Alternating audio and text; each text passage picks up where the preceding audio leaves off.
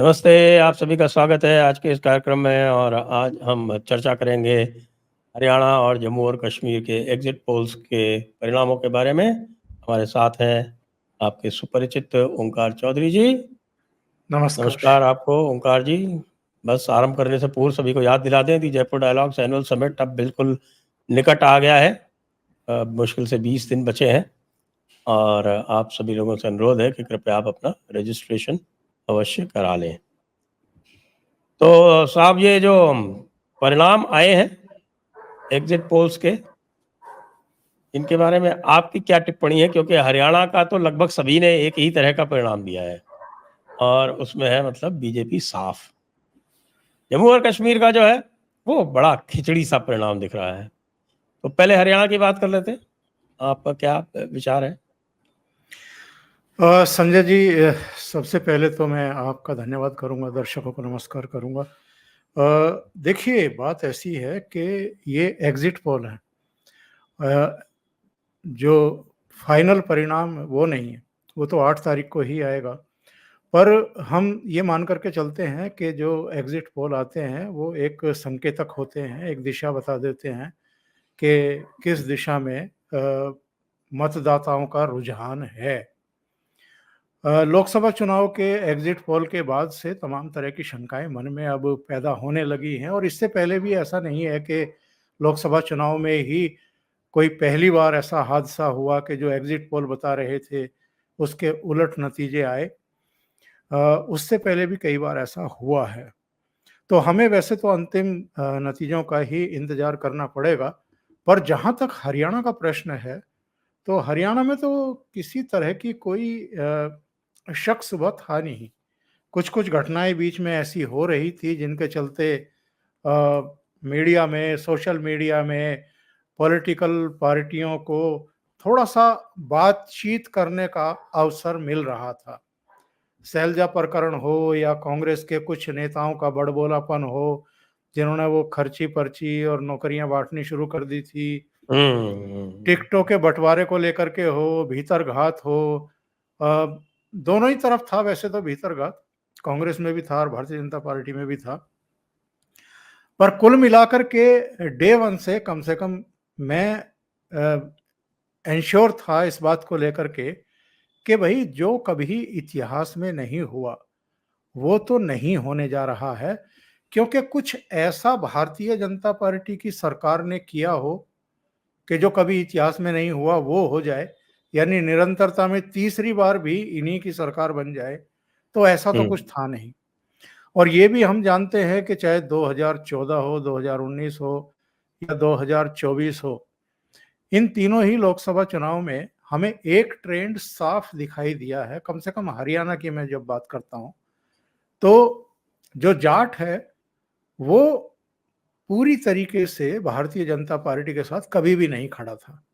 2014 में हम कह सकते हैं कि उसका कुछ प्रतिशत साथ था, लेकिन 2016 की उन घटनाओं ने, जिसमें रोहतक में भी आग लगी थी, झज्जर में भी आग लगी थी, जींद में भी उसकी आंच दिखाई सुनाई पड़ी थी, सोनीपत के कुछ इलाके में, भिवानी में कुछ इलाकों में जो जाट विरोध आरक्षण विरोधी जाट आरक्षण के समर्थन में जो आंदोलन चल रहा था, वो जो हिंसक हुआ था, तो उसके कारण भी वैसे कई थे। पहली बार भारतीय जनता पार्टी और नरेंद्र मोदी और अमित शाह ने एक प्रयोग किया था, बल्कि मैं कहूँगा कि दुस्साहस किया था, कि जिस स्टेट में हमेशा अधिकांशतः एक दो को छोड़ करके, बनारसी दास गुप्ता और भगवत दयाल शर्मा को छोड़ दें, तो ज़्यादातर जाट मुख्यमंत्री बनते रहे, वहाँ पर एक नॉन जाट, और वो भी पंजाबी को, और वो भी मूलतः पाकिस्तान से माइग्रेट होकर आए परिवार के मनोहर लाल खट्टर को चीफ मिनिस्टर बना दिया था। तो उसको लेकर के जाटों में एक अलग ही तरह का रिएक्शन था, जो हमें 2 साल बाद 2016 में अलग अलग तरीके से देखने को मिला था। 2019 हो या फिर 2024 हो, लोकसभा भी और विधानसभा भी, जाटों के अंदरूनी विरोध के चलते ही इनके कद्दावर नेता हारे थे 2019 में। कैप्टन अभिमन्यु से लेकर के जगदीप धनखड़, सुभाष बराला, तमाम हार गए थे। तो संकेत बड़े साफ थे। और उसके बाद संजय जी, जिस तरीके से ये आंदोलन हुए, 13 महीने का जो आंदोलन दिल्ली में हुआ था, दिल्ली के सीने पर एक तरीके से घुटना टेक करके बैठे हुए थे, तीन तरफ जो है उन्होंने हुक्के रख लिए थे और सड़कों पर आने जाने वालों की भी मुसीबत, दिल्ली सरकार को भी कई दौर की बातचीत करनी पड़ी, कैबिनेट स्तर के मंत्री, कृषि मंत्री और पीयूष गोयल, तीन तीन मंत्री उनसे बैठ करके बात कर रहे थे और उसके पीछे कौन कौन ताकतें थी वो हम सब जानते हैं। वो सब क्यों किया गया था, क्यों डिजाइन किया गया था? उसमें पंजाब की भी कुछ ताकतें थी, उसमें कनाडा में बैठी हुई कुछ ताकतें थी, देश के भीतर बैठी हुई कुछ पॉलिटिकल पार्टियां थी, जो बार बार के जनता के रिजेक्शन से इतनी हताश, निराश और कुंठित हो चली थी कि उनको लगा कि चलो अब अलग अलग सेक्टर के लोगों को ही आगे करके किसी तरीके से भीड़ जुटाई जाए और एक प्रेशर बिल्डअप किया जाए। वो किया गया और उसका नतीजा ये हुआ कि जो अब तक के किसानों के पक्ष के, किसानों की बेहतरी के जो एक कानून लेकर के आई थी मोदी सरकार, मोदी जी को वो वापस लेना पड़ गया। उसके बाद फिर एक और आंदोलन शुरू कराया गया, पहलवान बेटियों को आगे कर दिया। ब्रजभूषण शरण सिंह के नाम पर जो है जंतर मंतर पर जिस दिन नई पार्लियामेंट का लोकार्पण था उस दिन भी बवाल, पुलिस के साथ कन्फ्रेंटेशन। ये सारी चीजें क्यों की जा रही थी? क्योंकि इनको लग रहा था कि भाई हरियाणा जो है वो एक ऐसा स्टेट हो सकता है, एक ऐसा पॉइंट हो सकता है जो भारतीय जनता पार्टी की कमजोर नस साबित होगा। क्योंकि उनके साथ अब खाप पंचायतें भी जुट गई थी इन आंदोलनों के चलते, बेटियों का मुद्दा हाईलाइट करने की वजह से।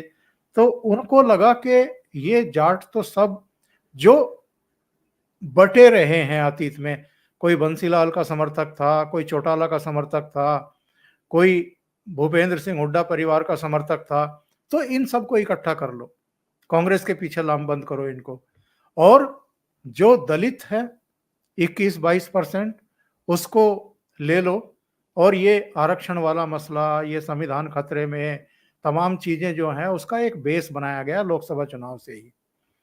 तो बहुत रणनीतिक तरीके से हरियाणा के चुनाव में कांग्रेस गई थी। और फिर दूसरी बात, इन सारी चीजों को हम एक तरफ रखें तो 10 साल की एंटी इनकम्बेंसी बहुत बड़ी होती है और चीफ मिनिस्टर चेंज करना पड़ गया। मनोहर लाल खट्टर की जगह नायब सैनी को लाए, लेकिन नायब सैनी भी कितने हैं सैनी? 1.5-2% भी नहीं है पूरे हरियाणा में। तो आप अगेन जो है आपने एक गलती कर दी, कुछ और बेहतर सोच सकते थे पर वहां भी आपने एक गलती कर दी और उसका नतीजा अब आपको भुगतना ही है। आपको 5 साल सत्ता से बाहर बैठना ही है, ये बिल्कुल तय है। तो इसमें तो कहीं कोई इफ एंड बट की गुंजाइश मुझे शुरू से दिखाई नहीं दे रही थी कि हरियाणा में तो ये होना ही है। अब जो ये कह रहे हैं बहुत सारे लोग, अभी आपने भी कहा कि भारतीय जनता पार्टी का तो सफाया ही होने जा रहा है, तो मुझे लगता है सफाया नहीं होने जा रहा है संजय जी। 10 साल के भूपेंद्र सिंह हुड्डा के शासन के बाद कांग्रेस पार्टी 67 नहीं 40 से 15 सीटों पर आ गई थी 2014 में। भारतीय जनता पार्टी का इतना बुरा हाल नहीं होने वाला है। फिर भी भारतीय जनता पार्टी 20, 25, 27, 28 सीटें तक ले आएगी, मेरा आकलन है।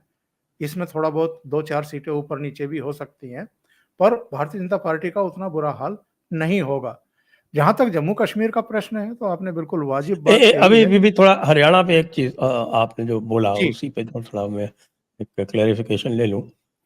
आपको लगता है कि अगर ये जो जिस तरह से ब्लैकमेल किया गया, विशेषकर आपने कहा जाटों द्वारा ब्लैकमेल किया गया और जिस तरह से घेरेबंदी की गई, और आज हम देख रहे हैं कि वही किसान जो कि बिचौलियों के साथ खड़े हुए थे आपके किसान आंदोलन में, वो आज बिचौलियों को गाली दे रहे हैं और अपनी जो फसल है वो सड़कों पर बिखेर रहे हैं।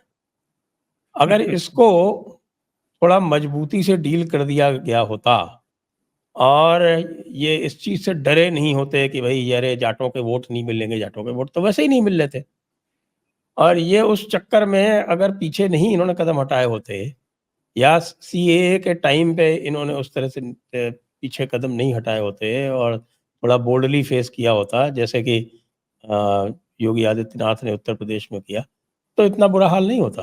आपको क्या लगता है? संजय जी, बहुत हद तक आप बिल्कुल सही बात ही कह रहे हैं और ये बात हम भी डिस्कस करते रहे हैं।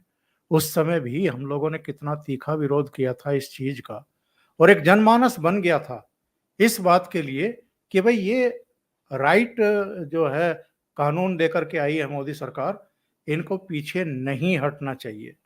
पर मुझे नहीं पता वो कौन-सी रिपोर्ट थी या अजीत डोभाल ने कुछ समझा दिया था या कौन-सा ऐसा उनके पास इनपुट था जिसके चलते वो इतने घबरा गए कि एक संबोधन भी किया राष्ट्र के नाम और कहा कि राष्ट्र हित में वापस ले रहा हूँ, किसानों से माफ़ी चाहता हूँ, आप लोगों को मैं समझा नहीं पाया।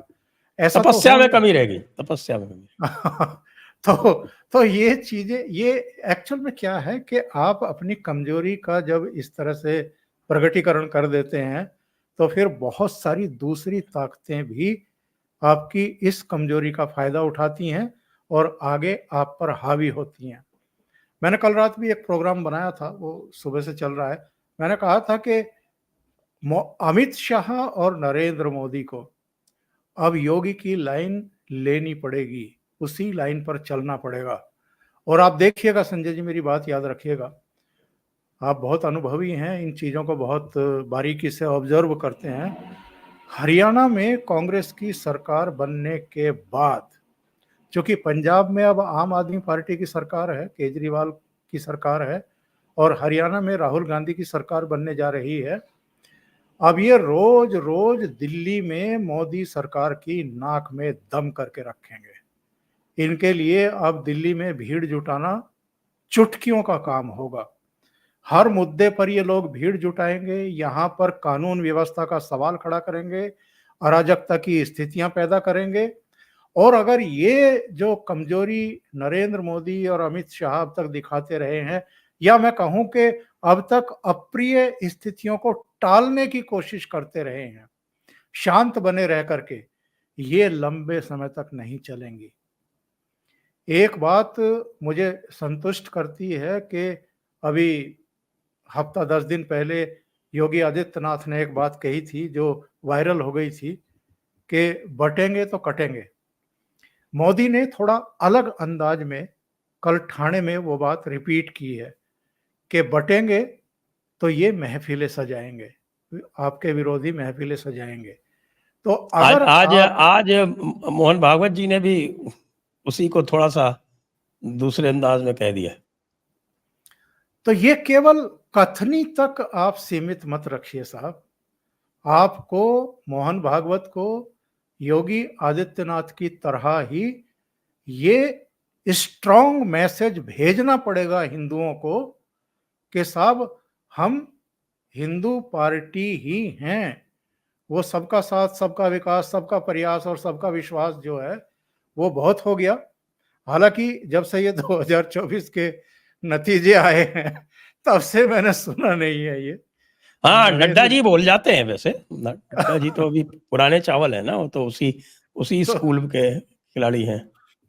तो ये जो अभी हरियाणा का जो नतीजा आने वाला है, जो सरकार बनने वाली है, जो शपथ लेने वाले हैं हुड्डा साहब, इसके बाद कई तरह की दुश्वारियां, कई तरह की परेशानियां शुरू होने वाली हैं, बढ़ने वाली हैं। उनके लिए कमर कस के तैयार रहना पड़ेगा और ख़ास तौर से दिल्ली पुलिस को, रिज़र्व जो पुलिस बल है, अर्धसैनिक बल हैं, उनको भी बहुत तैयारी के साथ रहना पड़ेगा। जो लाठी डंडे हैं, उनको सरसों का तेल जो है वो पिलाते रहना पड़ेगा, क्योंकि आगे आने वाले बहुत सारे प्रदर्शन इनको झेलने पड़ेंगे। अराजकता को अराजकता से निपटना पड़ेगा, उसकी पूरी तैयारी करके अब इनको रखनी पड़ेगी। उसको टाल नहीं सकते हैं ये अब चुप करके नहीं बैठ सकते हैं। अगर अब इन्होंने मरम्मत नहीं की अराजक तत्वों की, तो बहुत महंगा पड़ेगा इनको। आप ये देखिए कि आपने सही बात कही कि साहब की योगी के मार्ग पे चलना पड़ेगा। आप ये देखिए कि ये अखिलेश यादव ने 2024 के लोकसभा के परिणामों के बाद अराजकता फैलाने में कोई कसर नहीं छोड़ी। लेकिन योगी जी ने उनकी ऐसी बैंड बजाई कि अब अखिलेश यादव जो है वो उनको समझ में नहीं आ रहा है कि बोले या चुप रहे। अभी आप देख लो ना, एक के बाद एक कितनी कार्रवाइयां हुई हैं। जिन्होंने भी वो मेंढकी जो है कभी कभी टांग उठाती है ना, तो उसको लगता है कि मेरे में भी बहुत दम है। लेकिन सरकार की जो पावर होती है, आप तो सरकार के हिस्से रहे हैं संजय जी, आप बहुत अच्छे तरीके से जानते हैं। सरकार जब अपने पर आ जाती है तो उसके बाद उसकी पावर के सामने कोई कुछ भी नहीं है। जो भाई, कानूनों की कोई कमी नहीं है, आप कानूनों का इस्तेमाल करना शुरू कर दीजिए, आप तंत्र का इस्तेमाल करना शुरू कर दीजिए। मैसेज तो 2 मिनट में भेजा जाता है। उसके लिए इच्छा शक्ति चाहिए, डेडिकेशन चाहिए, तो वो योगी आदित्यनाथ में है। और वो कहीं पकड़ में आते भी नहीं है। आप देख लीजिए सुप्रीम कोर्ट में भी बुलडोजर की जो कार्रवाइयां होती हैं, बहुत पुख्ता तरीके से होती हैं। पूरी कानूनी औपचारिकताएं पूरी करने के बाद कहीं जाकर के बुलडोजर दस्तक देता है किसी के यहाँ। तो सुप्रीम कोर्ट, जो उन्होंने हलफनामा भी बीच में दिया था, उसकी भी तायद प्रशंसा की थी सुप्रीम कोर्ट ने कि उत्तर प्रदेश की का जो हलफनामा है, हम बिल्कुल उससे संतुष्ट हैं और वो प्रशंसनीय है। तो आप अगर चाहें तो आप मैसेज भेज सकते हैं। आज अखिलेश यादव क्यों चुप्पी साध के बैठ गए हैं? वो बीच में तो बिल्कुल एकदम जो है रोजाना जैसे कमेंट्री चल रही हो कि एक बार इधर से कोई कुछ कहा जा रहा है, अखिलेश कुछ पलट के कह रहे हैं, मठाधीशों के बारे में अभद्र टिप्पणियां कर दी, साधु संतों पर जो है वो पहुंच गए। फिर बाद में सफाई भी दी जब समझ में आया कि बहुत तीखी प्रतिक्रियाएं हो गई। लेकिन मैं उन शब्दों का प्रयोग नहीं करना चाहता हूं। कुछ प्राणी ऐसे होते हैं जिनको आगे से पकड़ना पड़ता है, फन से पकड़ना पड़ता है। लातों तो के भूत योगी बातों से नहीं मानते। तो योगी आदित्यनाथ बेहतरीन प्रशासक साबित हुए हैं। वो उन्होंने करके दिखाया है। और इसीलिए मैंने कहा कि बहुत हो गया भाई, 11वां साल चल रहा है। 11 साल से आप बहुत कुछ झेलने के लिए ही अभिशप्त हैं। कब तक और किन किन तक आप ये मैसेज पहुंचाना चाहते हैं कि आप बड़े संयमी हैं, आप बड़े सब्र वाले हैं, आपको कोई गाली भी दे तो भी आप चुप रहते हैं, आकर के कोई दिल्ली को परेशान करे और 13-13 महीने परेशान करे और 100 दिन शाहीन बाग में व्यस्त सड़क को रोक करके बैठ जाए तो भी आप लाठी नहीं चलाएंगे, लाठी नहीं चलवाएंगे। ऐसे नहीं चलता है। जो कानून है, कानून का इस्तेमाल करके आपको, जो किसी भी तरह के उपद्रवी हैं, अराजकतावादी हैं, आंदोलनजीवी हैं, उनको एक मैसेज भेजना ही पड़ेगा। और इसकी शुरुआत मुझे लगता है कि होगी बहुत जल्दी, हम लोग देखेंगे। जी। और अब थोड़ा जम्मू और कश्मीर की चर्चा कर लें। वहां भी सबका विश्वास जो था वो बहुत जोरों से चला था कश्मीर वैली एग्जिट पोल के अनुसार तो कश्मीर वैली में 3% वोट मिलेंगे और ये 3% भी जो है वो वैली में नहीं मिलेंगे, वो जो ऊपर का जो पहाड़ी क्षेत्र है उसमें मिलेंगे। तो इसके बारे में आपका क्या कहना है? अर्चना तिवारी के कुछ वीडियो बड़े वायरल हुए थे। वो, उस लेडी ने बड़ा अच्छा काम किया वहां जा करके। वहां एक वीडियो आपको याद होगा, वोट डाल करके एक व्यक्ति निकल रहा था, स्कूटर पे बैठा था, उसका बच्चा पीछे बैठा हुआ था और उस लेडी ने पूछा कि भाई वोट डाल दिया, वोट डालते हैं? उसने कहा कि हाँ वोट डालते हैं। तो किस चीज के लिए वोट डाला? बोला बदलाव के लिए वोट डाला। बोला और कौन से बदलाव चाहिए भाई? पत्थरबाजी बंद हो गई है, स्कूल खुलने लगे हैं, आपके बच्चे स्कूल जा रहे हैं। क्यों भाई, तुम स्कूल जाते हो? बोला हाँ जाता हूँ। तो बोला शांति है, आतंकवाद खत्म हो रहा है, अलगाववाद के सुर भी जो है धीमे पड़ गए हैं, तो और कितनी शांति चाहिए, और कितने बदलाव चाहिए? बोला बीजेपी से नाराज है। अब वो हंसने लगता है, अब वो रहस्य में मुस्कान जो है सब कुछ कह देती है। तो ये माइंडसेट आप चेंज कर नहीं सकते, किसी भी हालत में नहीं कर सकते। और अगर आपको गलतफहमी है तो वो गलतफहमी आपकी दूर हो जानी चाहिए थी। ठीक है, इस बार आपने शायद 23-24 मुस्लिम कैंडिडेट को भी वहां पर टिकट दिए हैं। वो आपकी मजबूरी भी है क्योंकि वहां पर उन सीटों पर, तो उन विधानसभा क्षेत्रों में आप हिंदू या गैर मुस्लिम नहीं उतार सकते, जहाँ पर टोटली मुस्लिम ही डोमिनेट करते हैं, उसमें भी चलिए कोई बुराई नहीं है। पर अगर आप ये गलतफहमी पाले बैठे हैं कि आप वहाँ विकास की गंगा और यमुना सब कुछ बहा देंगे और सब कुछ सामान्य कर देंगे और लोगों को, बच्चों को भी आप अपॉर्चुनिटी देंगे आगे बढ़ने की, एजुकेशन की, खेल-कूद की, तमाम तरह की डिलीवरी भी होनी शुरू हो जाएगी, जो कहीं बीच में जो है गायब हो जाते थे पैसे जो यहाँ से भेजे जाते थे, और आप ये समझें कि घाटी में भी आपकी जयकारे लगने शुरू हो जाएंगे, तो ये संभव नहीं है साहब। कट्टरपन इतना ज़्यादा है और इतना उनको उनका विश्व अमन किया जा चुका है, एक इतना विषैला वातावरण वहाँ पर है। वो ठीक है, आपने जो प्रयास किए हैं, आपको सराहने वाले भी मिल जाएँगे, लेकिन केवल कैमरे पर। जब वो वोट डालने के लिए जाएँगे, तो वो आपको वोट नहीं करेंगे। वो वही वोट करेंगे, जो आपके खिलाफ जाता हो, उस पार्टी को जाकर के वो वोट दे आएँगे। और ये केवल हम जम्मू-कश्मीर की बात थोड़ा कर रहे हैं, हम तो पूरे हिंदुस्तान की बात करेंगे। पूरे हिंदुस्तान में आप उत्तर प्रदेश में देख लो, अभी क्या हो रहा है, ये डासना में क्या हो रहा है, मुरादाबाद में क्या हुआ है, जगह-जगह क्या हमें सीन दिखाई दे रहे हैं। और इसके बावजूद के योगी जी का डंडा है यहाँ पर, और इन उपद्रवियों, इन अराजकतावादियों के खिलाफ उन्होंने तुरंत जो है एक्शन लेते हुए सबकी पहचान करके उनके खिलाफ मुकदमे कायम करने के आदेश दे भी दिए हैं, मुकदमे कायम हो भी रहे हैं। लेकिन ये चीजें बार-बार जो सिर उठाती हैं, ये तो यही इंडिकेट करती हैं ना कि, और किसी को वैसे हो सकता है बीजेपी की लीडरशिप को ये भ्रम हो कि ऊपर घाटी में भी हमें समर्थन मिल जाएगा। हम जैसे लोगों को तो नहीं था। हम लोगों को तो यही लग रहा था कि ठीक है, डिलिमिटेशन हो गया, तमाम चीज़ें हो गई, 5 साल में आपने काम भी बहुत करवा दिए, सूरत हाल भी बदल रही है, इंस्टीट्यूट भी बन रहे हैं, मेडिकल कॉलेज बन रहे हैं, सारी चीज़ें हैं। लेकिन केवल जम्मू रीजन में, जहाँ 43 में से करीब 30-31 सीटें हिंदू बाहुल्य हैं, वहीं आपको कामयाबी मिलेगी। इसके अलावा बाकी सीटों पर आप चाहें, वहाँ आपको कामयाबी मिल जाए, तो उसके लिए तो पता नहीं, अभी शायद सदियों का इंतज़ार करना पड़ेगा। जी, बिल्कुल सही कह रहे हैं आप।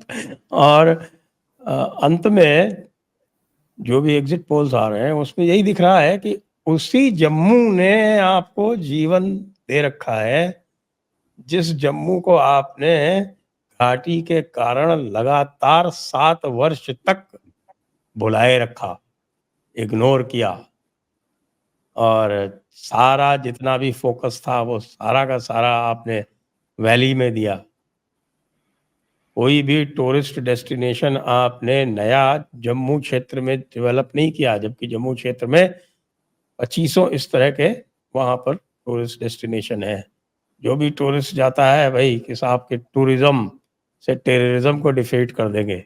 हो गया क्या टूरिज्म से टेररिज्म डिफीट? मुझे जितना लगता है कि टेररिज्म पिछले 6-7 महीनों में हुआ है, वो भी जम्मू क्षेत्र में, जो कि पूरी तरह से शांत था। उन्होंने मतलब बहुत सालों से रणनीति नहीं चेंज हुआ। उन्होंने रणनीति चेंज कर दी ना।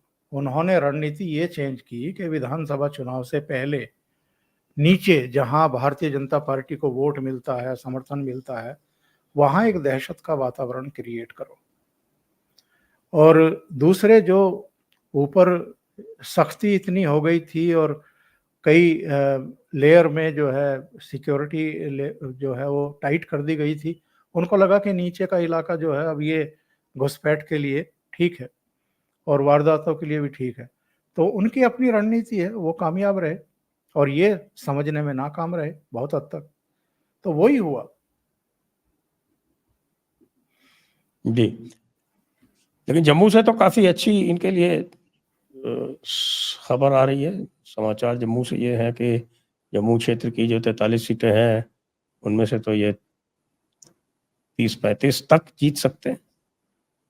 जी हाँ, और ये भारतीय जनता पार्टी के लिए सुकून वाली खबर हो सकती है, पर नेशनल कॉन्फ्रेंस और कांग्रेस के लिए अशुभ सूचना, क्योंकि जम्मू क्षेत्र के इस रिएक्शन या बीजेपी को समर्थन की वजह से मुझे लगता है कि नेशनल कॉन्फ्रेंस और कांग्रेस को सरकार के गठन में दिक्कतें आएंगी। और अगर पीडीपी को देखना पड़ेगा कि पीडीपी की कितनी सीटें आती हैं, इसके ऊपर डिपेंड करता है कि महबूबा मुफ्ती कितनी बड़ी सौदेबाजी अल्टीमेटली इनसे करती है, क्योंकि उसको बड़ा अपमानित किया है इन लोगों ने। लोकसभा चुनाव में 1 सीट मांग रही थी, वो 1 सीट भी नहीं दे के दी। और अब विधानसभा चुनाव में भी वो गठबंधन में रहना चाहती थी, तो वो गुपकार कहीं घुस गया। तो शुरू-शुरू में तो सब इकट्ठे होकर के जो है मीटिंगें भी करते थे, चाय पकौड़े भी खाते-पीते थे, लेकिन बाद में महबूबा मुफ्ती को इन लोगों ने अलग-थलग कर दिया। वैसे तो वो देखें तो जो इनका इंडी अलायंस का जो जितनी मीटिंग थी, वो पटना भी पहुँची, बेंगलुरु भी पहुँची, मुंबई भी पहुँची, दिल्ली भी आई, लेकिन उनके साथ बड़ा जो है इन्होंने, और शायद वो इसकी पात्र भी हैं। देखना पड़ेगा कि अल्टीमेटली रिजल्ट क्या आता है और किसको कितना सीटें मिलती हैं। इसके बाद एक काम मेरे विचार से इन लोगों ने ठीक किया, शायद इनको नतीजों जो संभावित नतीजे थे उनका एहसास तो था, जिसको ये बयान नहीं कर रहे थे, व्यक्त नहीं कर रहे थे, प्रकट नहीं कर रहे थे। इनको पता था कि हमारी कमजोरी कहाँ है, और अल्टीमेटली अगर नतीजा दूसरा आता है जो अब दिखाई दे रहा है, तो फिर एलजी की पावर इतनी बढ़ा करके रखो कि ये लोग कुछ दाएं-बाएं ना कर सकें, मनमानी ना कर सकें और मनमाने फैसले लेकर के केंद्र की और देश की मुसीबतें ना बढ़ा दें। तो वो इन्होंने एक अच्छा काम किया है, और तमाम प्रचार भी हुए हैं कि साहब पूर्ण राज्य का दर्जा बहाल करिए, तो वो भी ना करके अभी इन्होंने समझदारी का काम किया है। एक मुझे लगता है कि चीज़ जल्दबाजी में हुई है, चुनाव को अभी और टाला जाना चाहिए था कम से कम 1 साल के लिए। सुप्रीम कोर्ट के प्रेशर में आकर के या सुप्रीम कोर्ट के आदेश को शिरोधार्य करके इन्होंने थोड़ी-सी गलती कर दी है। ये सुप्रीम कोर्ट को कह सकते थे कि अभी हम नहीं मानते कि वहाँ पर चुनाव के हालात हैं, अभी इसमें टाइम लगेगा, तो सुप्रीम कोर्ट भी क्या कर लेता? सुप्रीम कोर्ट अपने स्तर पर चुनाव करा देता क्या? बिल्कुल, बिल्कुल, इतने सारे आतंकवाद की घटनाएं हो रही थी। तो उसको अभी टाला जाना चाहिए था, अभी थोड़ा-सा और चीज़ें मामूल पर आती तो मेरे विचार से थोड़ा-सा बेहतर रहता।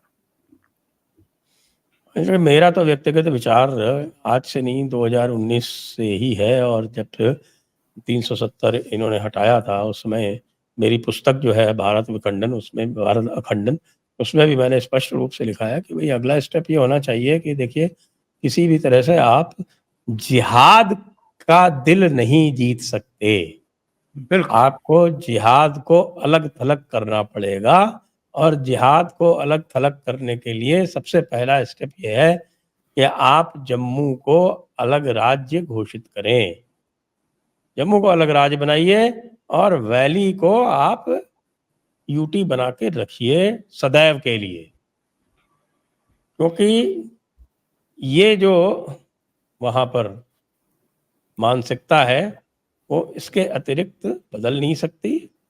और दूसरी बात यह है कि वहाँ पर अधिकतर लोग जो हैं वो जैसे ही कोई नई सरकार आती है कुछ दिनों में उसके करप्शन से दुखी हो जाएंगे, और उसके बाद फिर ये कहते हैं कि साहब गवर्नर रूल चाहिए।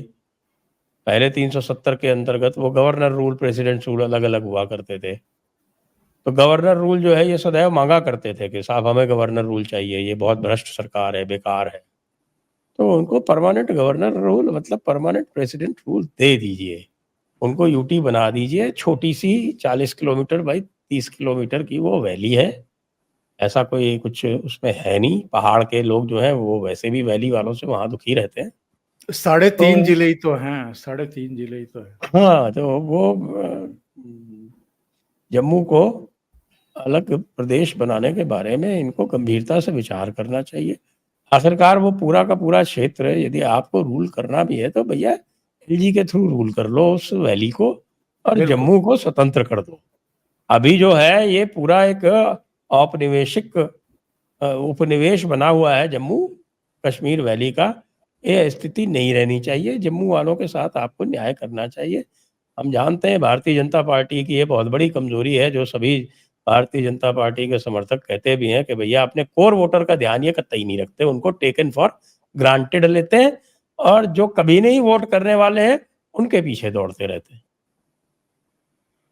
नहीं, आपका जो सुझाव है ये सबसे बेहतरीन एक विकल्प हो सकता है कि जम्मू रीजन को अलग स्टेट करिए और उसको आप यूटी कर दीजिए लेह लद्दाख की तरह। तो ये एक बिल्कुल वहाँ पर शांति भी स्थापित होगी, इनकी आत्मा भी शांत हो जाएगी और एलजी के जरिए जो है आप उनको नियंत्रित भी कर पाएंगे। और सबसे अधिक जो मैक्सिमम रिसोर्सेज हैं इस स्टेट के वो जम्मू रीजन में ही है, उसको अपने पास आप स्टेट बना दीजिए। बिल्कुल सही है। तो स्टेट वाली मांग भी पूरी हो जाएगी। हाँ ठीक है साहब, हमने 3/4 हिस्से को स्टेट बना दिया 1/4 को नहीं बनाया, वो भी और पूरा हो ये जो ऊपर का इलाका है, गिलगिट है, बाल्टिस्तान है, पीओजेके है, वो भी सारा एक तरीके से जम्मू रीजन का ही हिस्सा है पूरे का पूरा। नहीं, जो इन्होंने मैप बनाया उसमें गिलगित बाल्टिस्तान तो इन्होंने लद्दाख में दिखाया। जी जी।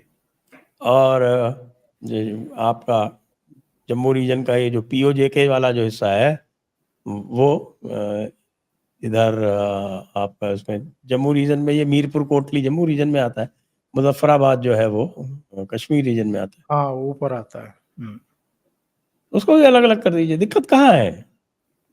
कोई सही। दिक्कत नहीं है, बस एक वो बना रखा है कि साहब नहीं साहब, वो हमारे अरब भाईजान जो है वो नाराज हो जाएंगे शायद। नहीं, वो कोई नाराज नहीं होने वाला है, फैसला आपको लेना है और जिस दिन लेंगे उस दिन हो जाएगा। सेना तो तैयार बैठी है, सेना के तो सारे अफसर जो हैं वो बिल्कुल एकदम तैयार बैठे हैं। उनका तो कहना है कि हमारे लिए तो ये बाएं हाथ का काम है, जिस दिन ऑर्डर हो जाएंगे उस दिन हम मिला लेंगे। ये वाकई जो है, तो आपको क्या लगता है यदि जैसे इसमें से मैंने बहुत सारे एग्जिट पोल देखे, एक गुलिस्ता टीवी वाला मुझे ठीक लगा, तो गुलिस्ता टीवी वाला जो है वो 30 सीटें बीजेपी को दे रहा है, 32 सीटें जो है वो दे रहा है इनको एनसी और कांग्रेस को, और कोई 6 सीटें पीडीपी को दे रहा है और ये 16 सीटें इंडिपेंडेंट्स को दे रहा है। तो अगर ये सिनारियो बनता है तो फिर किसकी सरकार बनेगी? देखिए संजय जी, देखना पड़ेगा किस किस की आती है। अब राशिद इंजीनियर की पार्टी को कितनी मिलती हैं ये भी देखना पड़ेगा, क्योंकि वो एक छुपा रुस्तम साबित हो सकते हैं। जिन स्थितियों परिस्थितियों में उनको जमानत पर बाहर भेजा गया है और ठीक चुनाव के समय भेजा गया है, और जिस तरह की बेचैनी पिता पुत्र में देखी गई फारूक अब्दुल्ला और उमर अब्दुल्ला में, तो उससे तो लग रहा है कि राशिद इंजीनियर ने जिस तरीके से धर पटका था उमर अब्दुल्ला को, तो उससे इनको लग रहा था कि भाई ये ताकतवर है और ये जितनी भी सीटों पर लड़ रहा है वहाँ खेल हो सकता है। तो ये देखना बड़ा दिलचस्प होगा कि राशिद इंजीनियर की पार्टी किस तरह का परफॉर्म करती है। और अगर कोई संवाद है बीजेपी की लीडरशिप में और राशिद इंजीनियर के बीच में, क्योंकि हमें एक और घटना को भूलना नहीं चाहिए, राम माधव को अचानक जो है वो फिर से स्थापित किया गया था जम्मू कश्मीर में। तो उनकी सेवाएं ली गई हैं तो कुछ सोच समझ करके ली गई होंगी, तो कुछ तो चल रहा है। हम ये मान करके तो नहीं बैठ सकते कि भारतीय जनता पार्टी जो है वो चुप करके बैठ जाएगी और आसानी से इनको प्लेट में सजा करके जम्मू कश्मीर दे देगी। तो कुछ तो उसकी तैयारी होगी।